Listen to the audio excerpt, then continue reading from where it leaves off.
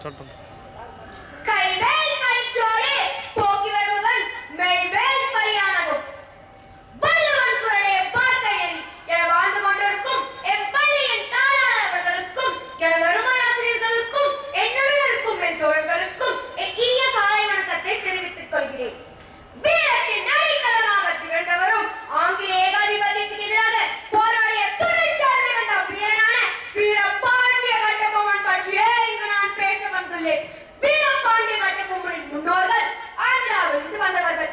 பாஞ்சாலக்குறிச்சியின் சிற்றரசு வாரிசாக இவர் 1890ஆம் ஆண்டு அரசு பதவிக்கு வந்தார். அப்பொழுது இவருக்கு வயது 47. வீரபாண்டிய கட்டபொம்மனின் தந்தையார் தெற்கு விசய கட்டபொம்மன் ஆவார். வீரபாண்டிய கட்டபொம்மன் நல்ல சிவந்த நலனுடையவர் என்பதால் அவரை சிவத்தையா என்று பலரும் போட அழைத்தனர். வீரபாண்டிய கட்டபொம்மனுக்கு ஒரு தம்பியும் உண்டு.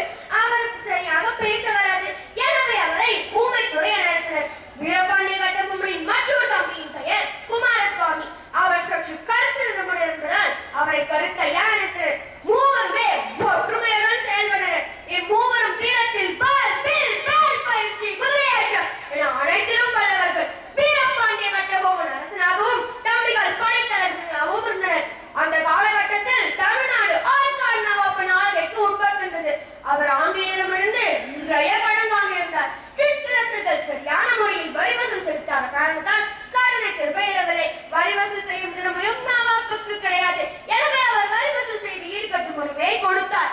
இதுவே வீரபாண்டிய கட்டபொம்மனுக்கும் ஆங்கிலேயர்களுக்கும் மோதல் ஏற்பட காரணமாயிற்று. ஜாக்சன் என்பவர்